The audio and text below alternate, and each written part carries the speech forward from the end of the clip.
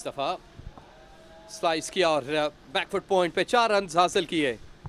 ये gap shot था, proper bookish, कोई रिस्क नहीं था इसमें।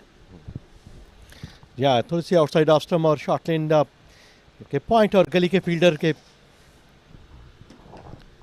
और अब की बार रेडार में आई हुई गेंद, दिलकश स्ट्रोक जिसके ताकों में काफी देर से रोहेल नजीर थे, लेकिन अब फुल लेंथ गेंद थी और फॉरवर्ड आकर इस गेंद को खेला कवर की जानिब 4 रन के लिए।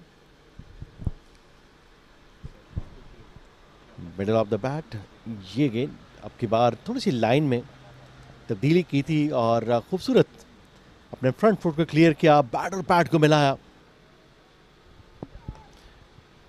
आगे फुल लेंथ गेंद, इसको बल्ले का सहारा दिया, outside off stump, middle of the bat खेले, फेवरेट जोन में गेंद मिली अरसल शेख को और इसको रवाना किया बाउंड्री लाइन से बाहर 4 रन के लिए। रजाउल्ला की गेंद जो कि आउटसाइड ऑफ स्टंप थी और रेंज में आई, रेडार में आई हुई गेंद और दिलकश स्ट्रोक अरसल शेख का। No ball. कल के दिन में तकरीबन 30 एक्स्ट्रास थे और ये बॉल जो कि फेंस पार कर गई लेग बाय के साथ।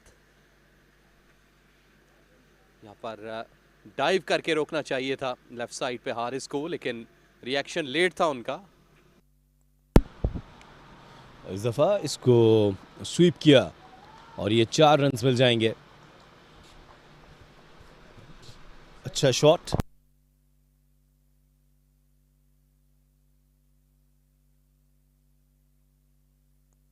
इस दफा ये स्कूप किया।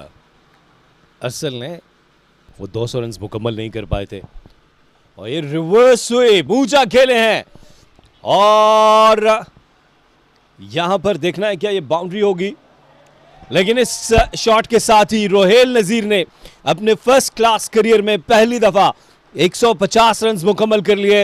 ये फातिहाना अंदाज, बल्ला उठाकर लहराकर ड्रेसिंग रूम से, और इस दफा ये स्लॉक स्वीप, जी हां, ये जाएगी ग्राउंड से बाहर 6 रन के लिए।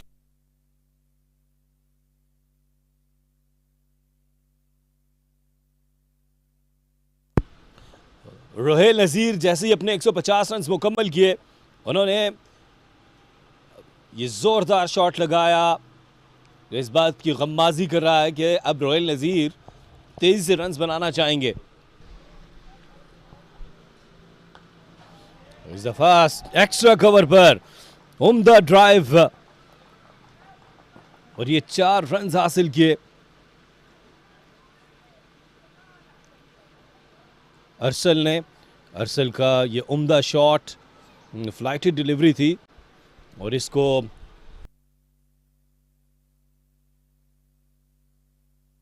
इस दफा जोरदार शॉट खेला है ये 4 रन के लिए। तो रोहेल नजीर अपने 150 रन मुकम्मल करने के बाद जिस तरह से खुलकर शॉट्स खेल रहे हैं, ये इस दफा पीछे हटे, जगह बनाई और एक्स्ट्रा कवर के ऊपर से ये शानदार 4 रन हासिल किए। तो रोहेल नजीर कदमों का इस्तेमाल इस दफा, और इस दफा ये अरसल हैं एक्स्ट्रा कवर की जानिब 4 रन के लिए। बेग यू पार्डन, रोहेल नजीर ने ये 4 रन हासिल किए, कदमों का इस्तेमाल किया एक्स्ट्रा कवर की जानिब, इस दफा रिवर्स स्वीप किया। ये है रोहेल नजीर और यहां पर मिलेंगे 4 रन।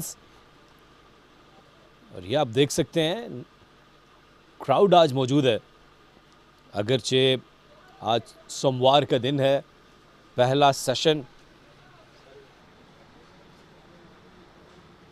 इस दफा स्कूप की और यहां पर रन्स मिलेंगे और ये गेंद चली जाएगी बाउंड्री लाइन से बाहर 4 रन के लिए। तो मजीद रन्स बन रहे हैं। स्कूप किया था, टाइमिंग उम्दा। इरफान के खिलाफ एक दफा फिर मज़ाहमत की रोहेल नजीर ने और उसमें कामयाब हुए। डाउन द ट्रैक जाकर ये जोरदार छक्का लगाया, उम्दा टाइमिंग।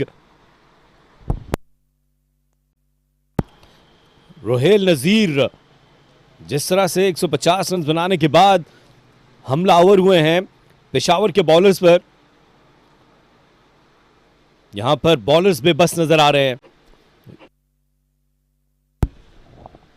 इस दफा फिर रोहेल नजीर ने डाउन द ट्रैक गए, ये चौका लगाया लॉन्ग ऑफ की जानिब 4 रन के लिए और अपनी पहली निस्फ सेंचुरी से अब सिर्फ 2 शॉट्स की दूरी पर हैं।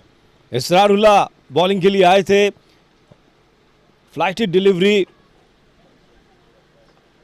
ओह ये गेंद इस दफा अंदर आई, 1 रन हासिल किया और इसके साथ ही अरसल शेख के भी 50 रन मुकम्मल हो गए।